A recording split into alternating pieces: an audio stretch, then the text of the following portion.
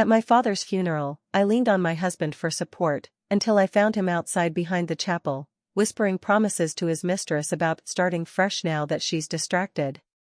I stood behind them silently. After the service, I walked out alone, and left the divorce papers waiting in the front seat of his truck.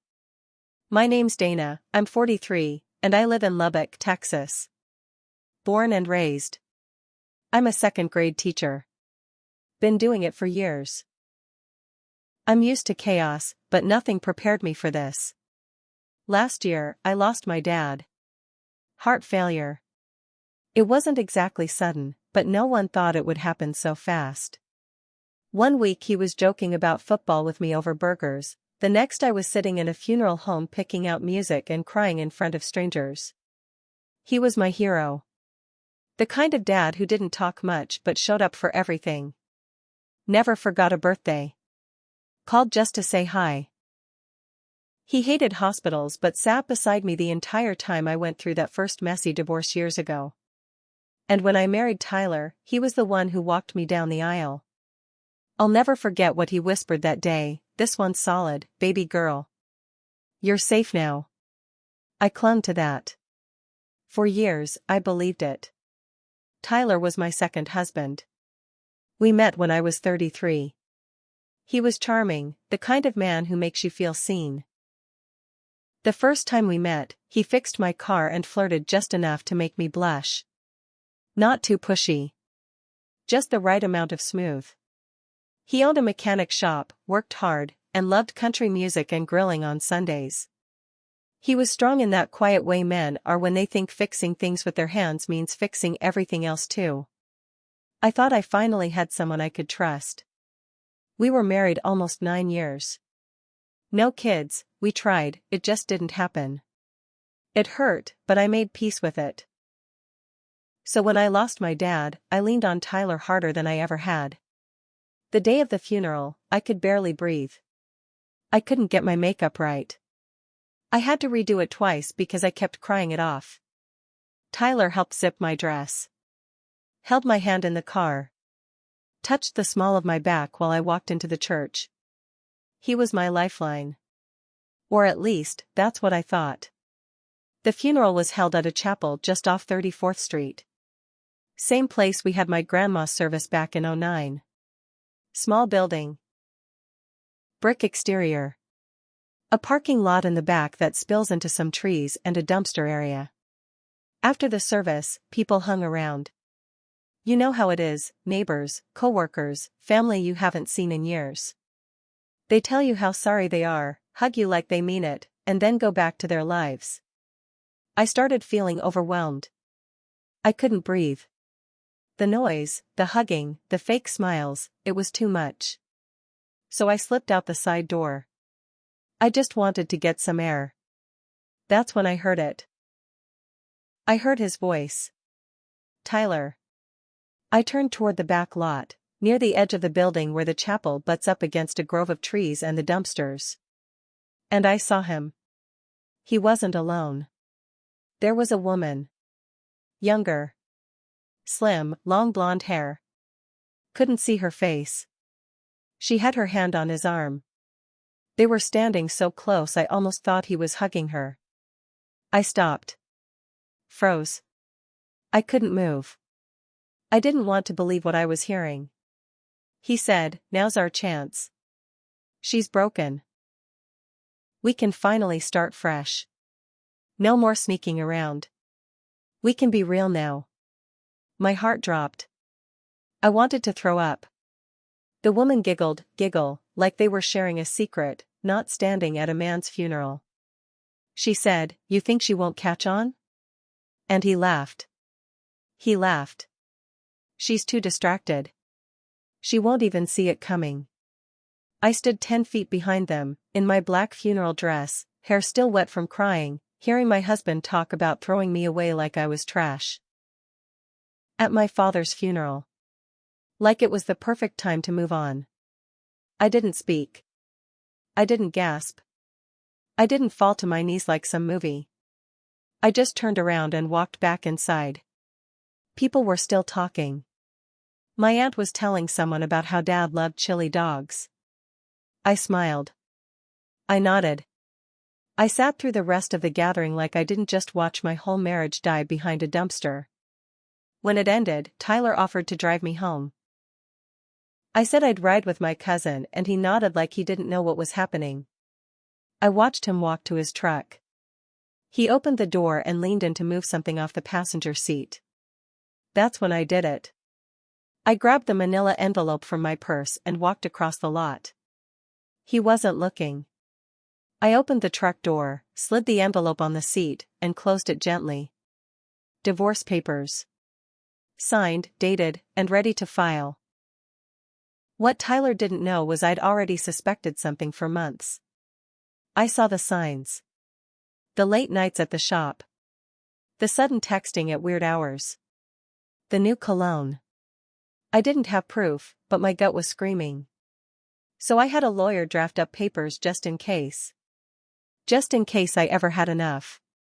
That day, I got my answer. I didn't go home. I stayed with my friend Kelly. Told her everything.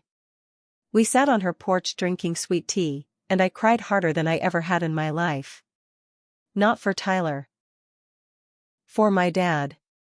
Because I wished he'd been wrong about him. Because I felt stupid and small. Because I gave this man 9 years and this is what he did to me when I was most broken. Tyler called that night. 3 times. Texted, "Where are you? Are you okay? We need to talk." I didn't respond. 3 days later, I had the papers officially filed. Had them served at his shop. My lawyer called it clean and simple. No shared property. No kids. No fight. But I wasn't done. I told my story. Not to get attention. Not to be dramatic. But because the truth matters. I posted on Facebook. Told people exactly what happened. No screaming. No name calling. Just facts. Tyler. Behind the chapel. Whispering promises to another woman while I mourned my dad. People were shocked. Friends I hadn't seen in years messaged me. People shared it. Commented. But the twist? Oh, it gets worse. Turns out the woman he was with? She wasn't just single. She was married. With 2 kids. To a man who'd once hired Tyler to fix his work truck. He found out. He went off. Smashed the windshield of Tyler's truck and spray-painted the word liar across the hood. Cops were called. Charges filed. But not before that man posted screenshots, texts, voicemails, photos, of Tyler and his wife. Tyler's business? Tanked. And that's not even the end. Tyler didn't just lose customers after that mess went public. He lost people who had been loyal for years. One by one, they stopped showing up. Word spread fast in Lubbock. Nobody wants to give their money to a man who cheats on his grieving wife behind a church, then lies about it. The worst part for him? His own employees started talking. One of the younger guys, Luke, maybe 23, quit a week later. He posted a long rant on Instagram about how Tyler made him lie to customers, undercharge pretty girls he liked, and pad bills for older folks who didn't know better. Then someone else came forward. A woman named Angie, who used to work his front desk 2 years ago. She shared that Tyler had made unwanted comments, touched her back when she asked him not to, and hinted she'd get fewer hours if she didn't play nice. She never filed a complaint back then. She was scared. But now, with the spotlight on him, she spoke up. That post went viral in our area. Local women's groups picked it up. There were calls to boycott his shop. Tyler's reputation was burning down, fast. He tried to call me again. Left a long voicemail. Dana. I messed up. I know I hurt you. But this, all of this, it's gotten out of control. I'm losing everything. Please. Can we just talk? No. We couldn't. because I had nothing left to say. But here's where it gets even worse, for him, not me. Turns out Tyler had been pocketing cash jobs for years. Never reported them. Kept a separate notebook hidden in a locked drawer in the shop. A ledger of all his side deals. He thought he was slick. He used the extra cash to buy gifts for the mistress, take her on little motel getaways outside town, stuff like that. I knew about that notebook. I'd seen it once by accident. I told my lawyer. And then I made a call to the IRS tip line. Told them where to find it. Gave dates, amounts, names. Everything. I didn't even feel bad. You screw someone over that badly, you get what's coming. That investigation started quietly, but it wasn't going to stay quiet for long. Meanwhile, the mistress. Her name finally came out. Mallory had her own mess to deal with. Her husband filed for divorce the same week I filed mine. He fought for full custody of their 2 little girls. He brought proof that she'd left them alone to meet up with Tyler. Twice. Once overnight. She lied about it. But security camera footage doesn't lie. She lost custody. Her ex kept the house, the kids, the dog. Mallory moved to Dallas to live with her sister. Last I heard, she was working at a diner and trying to start over. Tyler? He was spiraling. The mechanic shop was down to 1 part-time worker. His truck still had the faint outline of Liar on the hood, even after he tried to scrub it off. People snickered when they drove by. Some even honked. He tried to act like it wasn't breaking him. Posted photos on Facebook like nothing was wrong. Smiled next to his shop sign. But his eyes looked hollow. He went quiet for a while. And then, out of nowhere, he showed up at Kelly's house. It was a Tuesday night. I was grading math papers on the kitchen table. Kelly's dog started barking like crazy. She looked out the window, and there he was. Standing on the porch like a ghost. I told her to let me handle it. She didn't like it, but she stood back. I opened the door. He looked rough. Stubble, red eyes, hands shaking. He said, "I'm sorry. I messed up. I lost you, I lost my business, I lost everything. I don't even know who I am without you." I didn't say anything at first. I just stared at him. Then I said, "I leaned on you when I needed you most. And you were already walking away. That's who you are." He didn't argue. He just looked down and whispered, "I don't expect you to forgive me. I just wanted to say it." I nodded. "You said it. Now go." He left. But he didn't disappear. A few weeks later, I found out something that made my stomach turn all over again. I found out through a mutual friend. One of those friends who always knows everything before anyone else. She called me and said, "Dana, you're not gonna like this." I braced myself. "Tyler suing you," she said. At first I thought she was joking. I even laughed. But she was dead serious.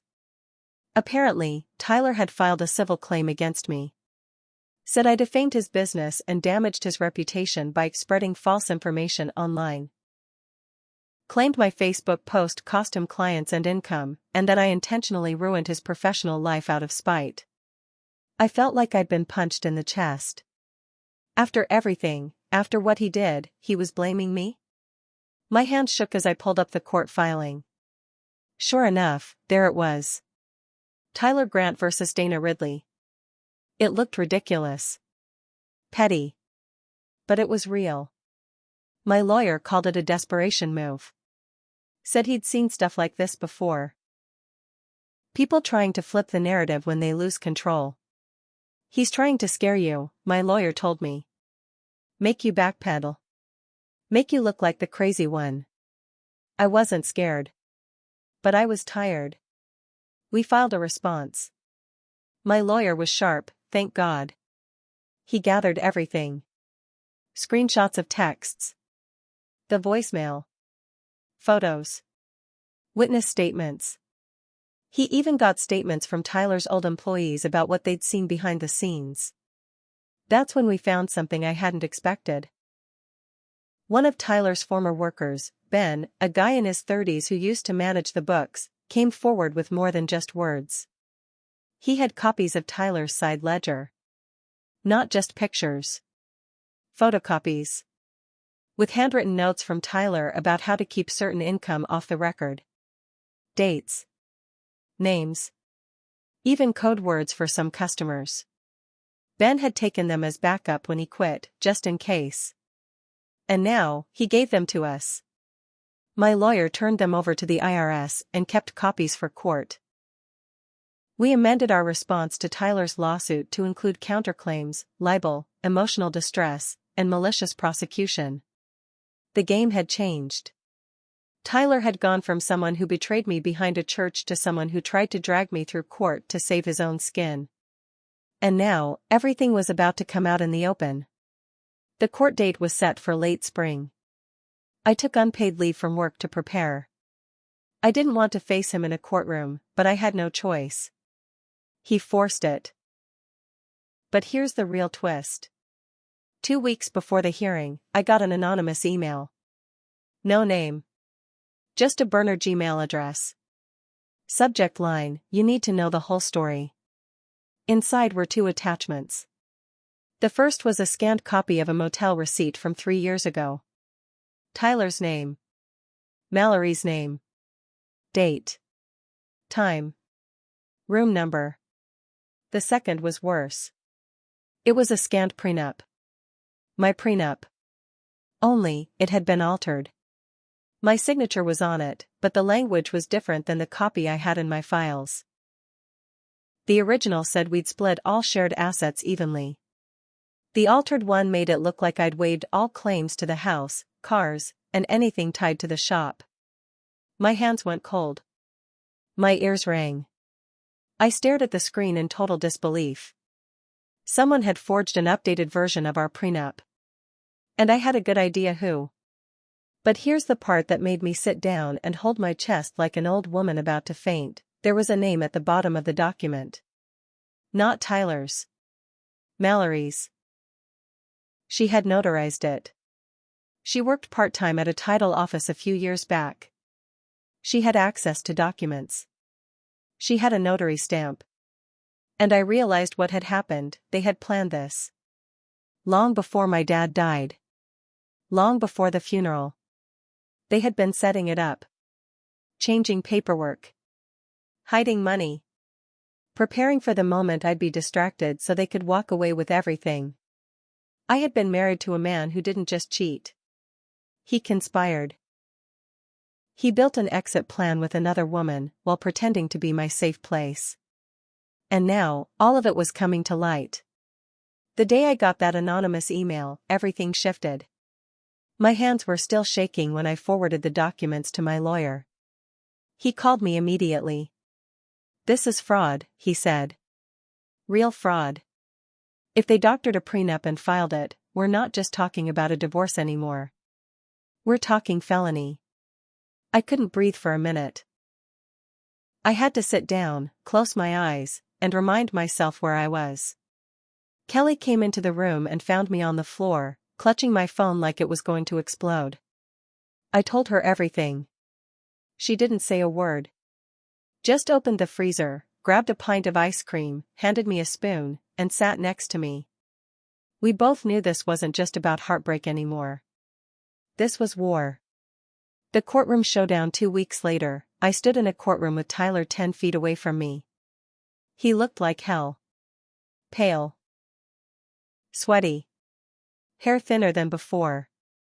The confident smile he always wore was gone. He tried not to look at me, but every now and then, our eyes locked. And I could see it. He knew I knew. He knew what was coming. My lawyer brought everything. The forged prenup. The original.